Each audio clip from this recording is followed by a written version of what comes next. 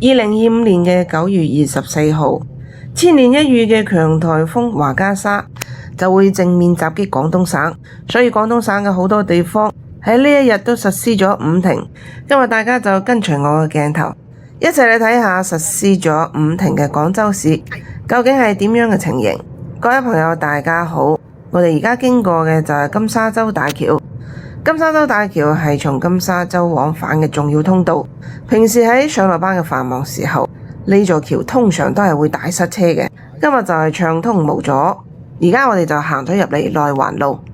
所謂嘅5停就係停工、停產、停業、停運，仲有停課。呢次嘅颱風來臨之前，政府提前就做咗好多嘅防禦措施，市民亦都係響應號召。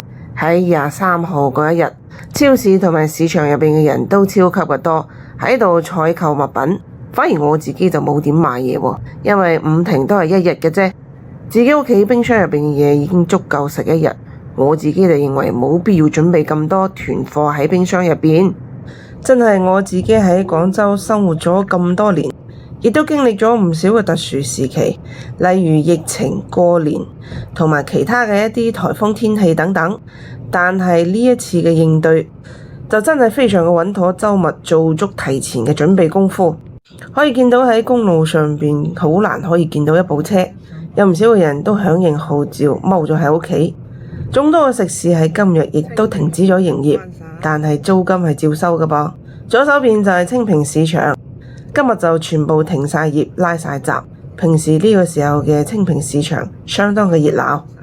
喺公路上邊私家車少，公共交通全部停止咗營運，就連地鐵同埋共享單車、滴滴叫車服務平台送餐全部都停晒。珠江河面嘅水依然就係比較平靜。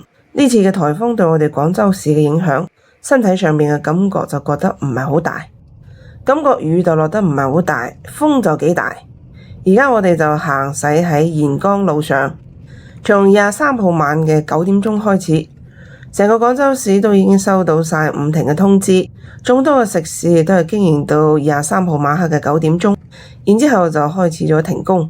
但係23號晚黑嘅呢一晚又好奇怪嘅噃，廣州嘅市中心喺呢一晚就幾乎冇點樣落雨，就係感覺到風比較大啫。聽聞粵西地區珠海同埋澳門嘅影響就大過廣州。珠海唔少嘅高層住宅都已經通知咗叫居民暫時離開。呢幾日啲膠布特別好買，身邊嘅唔少朋友都買咗唔少嘅膠布，將屋企嘅窗黐咗個大型嘅米字形。聽聞咁樣就算玻璃吹碎嘅話，都唔會周圍散得咁緊要。入邊嗰一棟就係新亞大酒店，前面嘅呢一棟就係新華大酒店。喺沿江路上邊可以見到唔少非常有歷史感嘅舊建築。跟住我哋經過嘅就係曾經廣州嘅最高建築，當時亦都係廣州嘅地標愛群大廈。喺咁特殊嘅日子逛一下廣州市，感覺就真係唔一樣。平時見慣咗廣州係一座繁華嘅都市，突然間睇到咁樣嘅情形，就彷彿係撳咗個暫停鍵一樣。呢次關於颱風天文台嘅報導就話佢係有史以來風力最勁嘅一次颱風之一，所以成個廣東省都唔可以掉以輕心，全部都要全力應對。喺網上亦都有唔少非常搞笑嘅段子，等颱風嚟就好似等緊男朋友一樣，又驚佢唔嚟，又驚佢亂嚟。好多人都話咁大個颱風，你點解唔踎喺屋企啊？我就係喺23號晚黑等咗一晚，24號嘅朝早又見到佢雨唔係好大，所以咪決定揸車出嚟兜下咯。如果今日你自己冇私家車嘅話，真係都出唔到嚟兜風啊！所有公共交通停運，叫車亦都叫唔到，共享單車亦都開啟唔到。就算係疫情啊，我哋都未經歷過咁樣嘅情形。我哋而家就到咗海珠廣場嘅附近，跟住我哋又去兜下海珠橋。前邊而家我哋所見到嘅就係海珠橋嘅標誌，解放紀念雕像。跟住我哋而家就兜上去海珠橋。海珠橋係廣州嘅標誌，喺以前舊嘅時候就係單車多。而家如果喺正常嘅日子，就係汽車同埋電單車多。今日經過呢座橋嘅時候，車又冇，人又冇，呢種感覺真係非常嘅特別。喺廣州咁多年，我都未經歷過咁樣嘅情形，真係一定要親自出嚟體驗一下先至得。雨又唔大，風又唔係好大。講真，喺颱風天咁樣出嚟兜，我自己又真係唔會覺得有咩危險。今日學校停課，身邊朋友讀緊書，啲小朋友開心到不得了。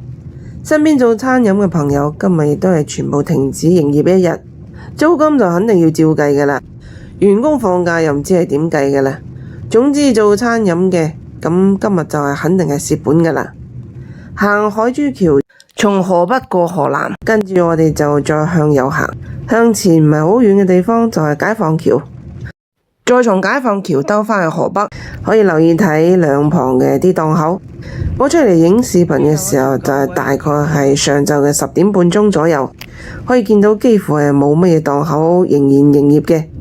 其實雖然係5停1日，但係就避免咗方方面面可能會出現嘅危險。呢個決定絕對係政府做嘅非常明智嘅一個決定。而家我哋就行喺解放橋上邊，今日揸車嘅感覺就好似成個廣州屬於我自己嘅感覺。亦都有唔少身邊嘅朋友話我不顧個人安危，頂風作浪。咁當然出嚟兜風嘅時候，我亦都會評估出邊嘅狀況，雨唔大，風唔大，我覺得唔會唔安全，所以我先至出嚟兜風。如果落雨大到揸車嘅前面玻璃都見唔到前面嘅路嘅嗰種情況，咁我就肯定唔會出嚟。喺風大嘅情況下出嚟行街，我先至會發現原嚟喺呢個時候自己嘅體重係一大優點嚟嘅。我企得穩，行得穩，咁樣嘅風力你絕對吹唔喐我。跟住經過嘅呢條路就係大家都非常熟悉嘅中山路。今日我兜嘅幾條街都係老廣比較熟悉嘅地方。呢度就係中山5路，再向前行就係北京路。可以講平時呢條路就係最繁忙嘅一條路。喺呢條路上有唔少大嘅商場，有好多商場今日連大門都唔開，入邊嘅商鋪全部停止營業。喺我哋行駛嘅過程當中，偶然就會經過見到1、2檔賣腸粉或者係粥粉麵嘅檔口。呢啲檔口喺颱風天依然營業，門口就排滿咗等住買嘢食嘅人，睇嚟都有唔少嘅人係冇提前做準備嘅。前面左手邊嘅建築就係新大新，而家右手邊所睇到嘅就係喺廣州非常出名嘅北京路步行街。颱風下嘅北京路步行街一個人都冇啊！突然間要行過嚟親自感受一下北京路步行街嘅情況先至得。中山4、中山5道路兩旁嘅呢啲檔口，平時嘅生意相當嘅旺。我諗有唔少嘅商鋪同我一樣，都係第一次經歷咁樣嘅情形。呢度就係老廣都非常熟悉嘅北京路步行街啦。颱風天下嘅北京路一個人都冇，你嚟睇下啲商鋪，將自己啲玻璃黐咗好多個大型嘅米字形。颱風天下健民醫藥依然開咗一個細嘅窗口仔，見到有一啲市民過嚟買緊需藥品。平時影開嘅廣州北京路都係人山人海，今日感覺呢條北京路就係屬於我自己嘅，我點樣影都得。颱風下嘅北京路空無一人，影出嚟嘅視覺效果同平時完全唔一樣，睇上去就特別有一種寧靜嘅美。呢一種視覺效果係平時真係影唔到出嚟。李寧專賣店啊，門口嘅玻璃亦都黐晒大膠布，成條北京路步行街真係一檔開嘅都冇。喺步行街上邊，好多嘅商鋪都係喺呢一種騎樓嘅下邊，行喺騎樓下邊都幾安全。睇嚟環衛工人喺颱風天嘅呢一日亦都停晒工啊！感覺10點零鐘嘅時候，雨勢就開始大咗少少，不過風力就依然唔係好大。唔知道你哋有冇見過好似咁樣嘅北京路步行街呢？我就真係第一次見。今日我喺北京路呢度影相，超級嘅開心，點樣影都得。你哋睇下啲檔口，將玻璃黐到係咪好誇張啊？廣州真係一塊福地，受到嘅自然災害從古至今都唔多。呢次喺颱風下嘅廣州，亦都會安全度過。唔知道住喺廣州嘅你哋，喺24號颱風天嘅呢一日，你哋又係點樣度過嘅呢？今日嘅視頻，颱風華加莎下的廣州就同大家分享到呢度。